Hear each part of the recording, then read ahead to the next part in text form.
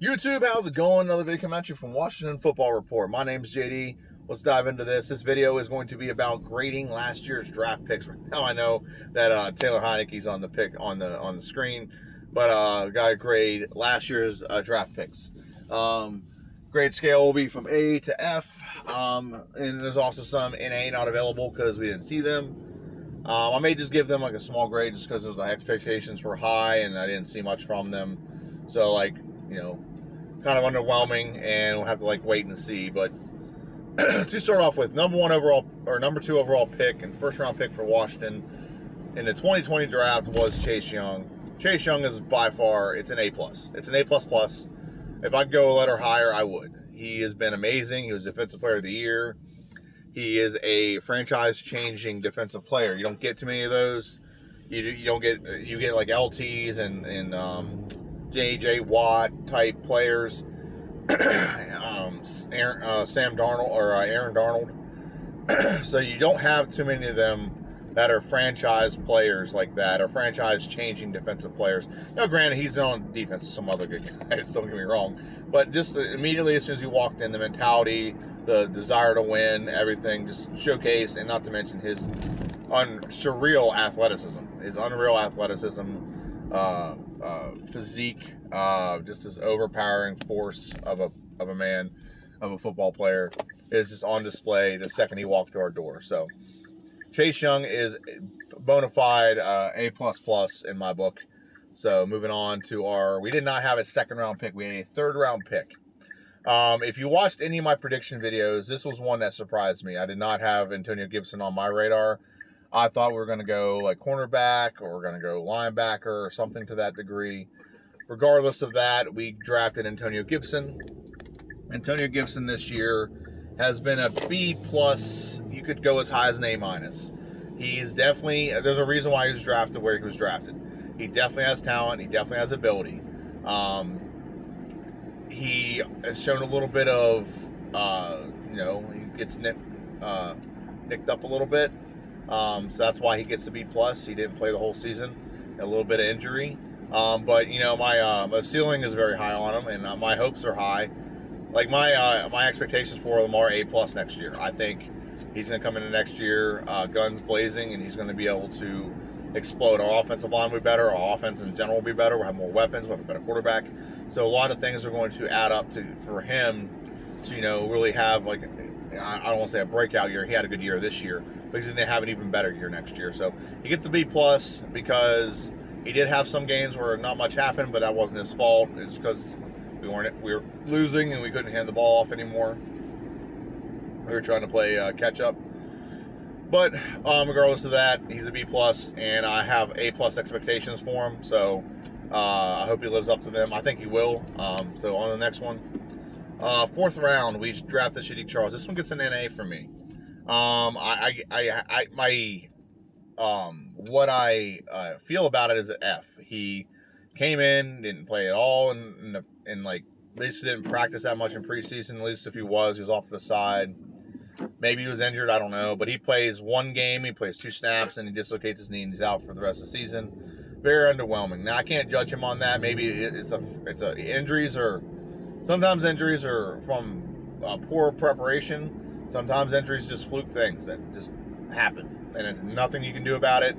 A personal example with me, in high school I was squatting 600 on a very strong knee, and my own teammate's helmet went right into it at the wrong angle and tore 3 of my ligaments. So it just happens. It's not, it just happens. And I have high expectations for Saahdiq Charles. His blocking with LSU, he was like the 4th best tackle in the draft last year.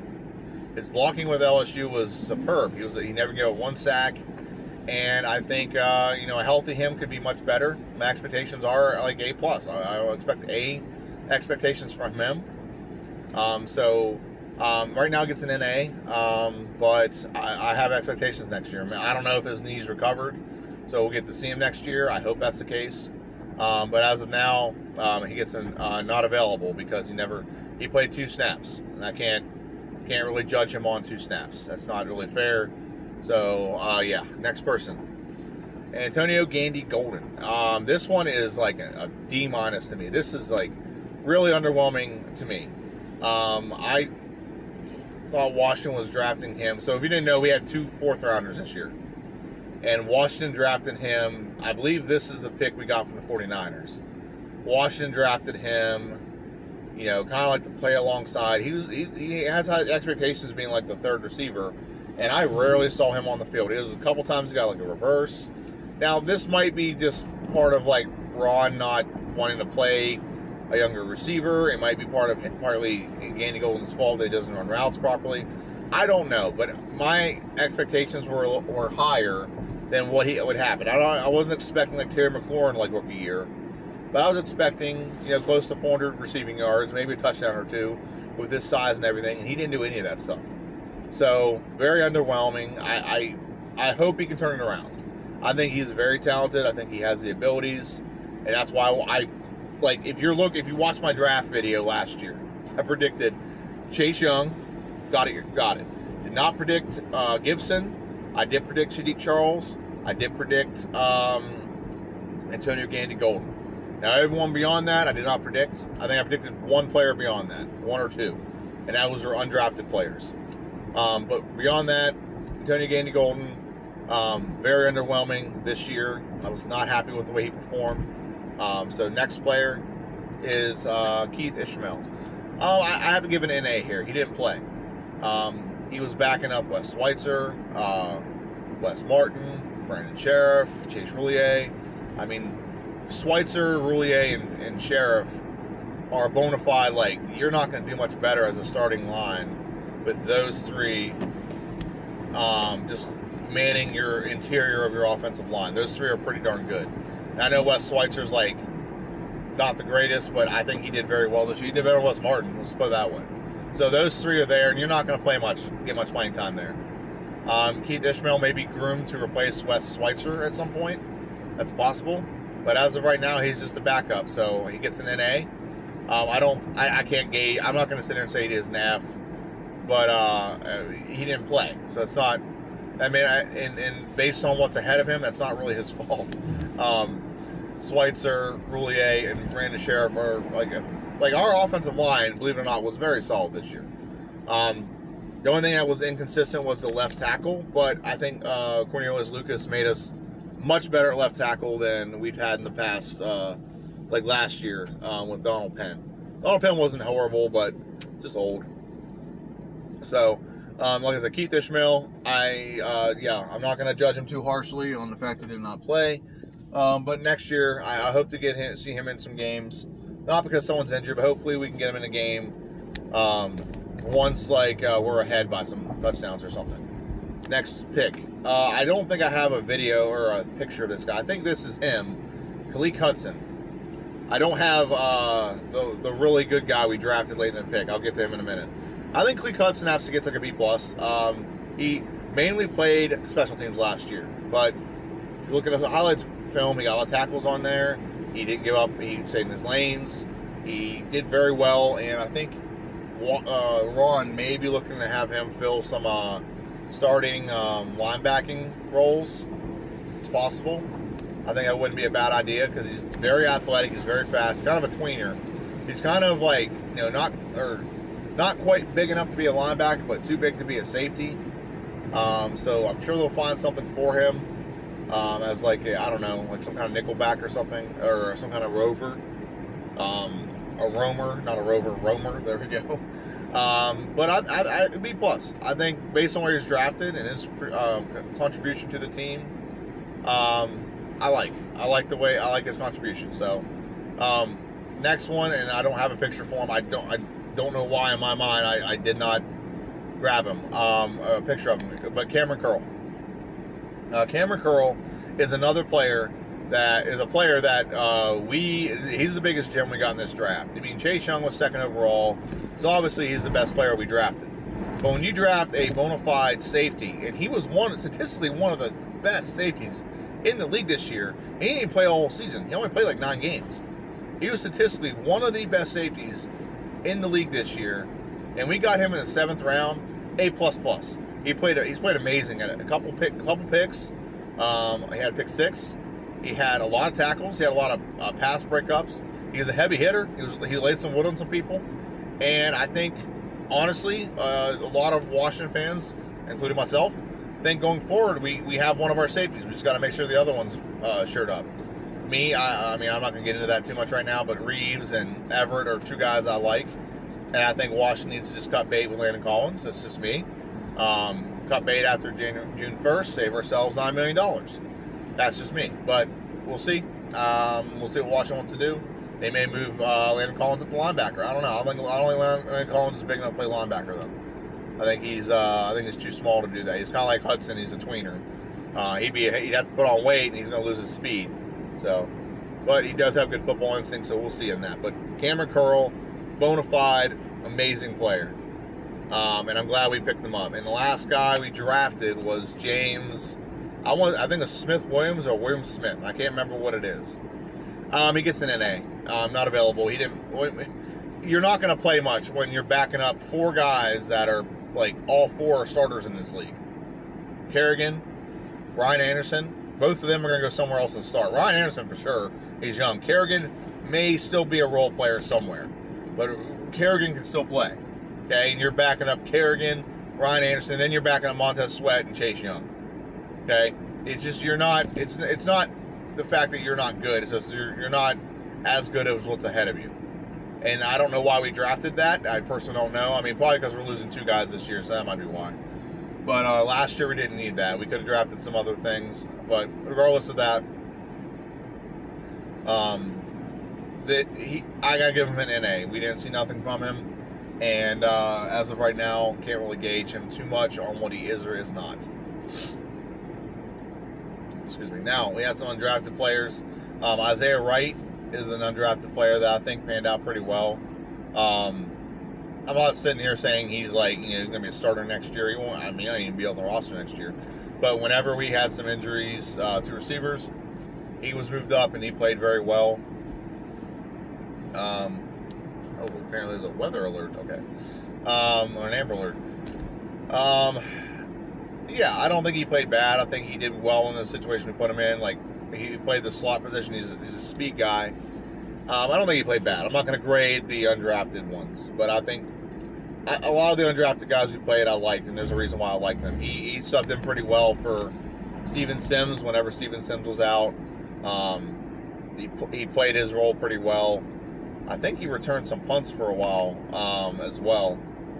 So I like Isaiah Wright. He's definitely got speed. I don't know if he'll be on the roster this year, this coming year. We have a lot of receivers on our roster, and we're going to cut bait with a bunch of them. Like, as of right now, before we even hit free agency and sign someone or draft anyone else, we have Terry McLaurin, who's staying, Kelvin Harmon, who I think he'll stay, Antonio Gandy-Golden, Cam Sims, Steven Sims, Isaiah Wright, Jonathan Johnson was another undrafted player. I don't think we have Dontrell Inman anymore. It's one other receiver I know we have. I don't know. He caught some catches this year. It's a weird name that I didn't even know about him until he caught some catches. Right there's 7. That's 7 receivers right there.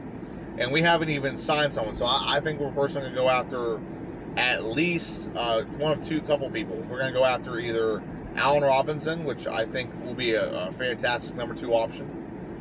We may go after, who's the kid from Samuels? Yeah, Samuels from the Panthers.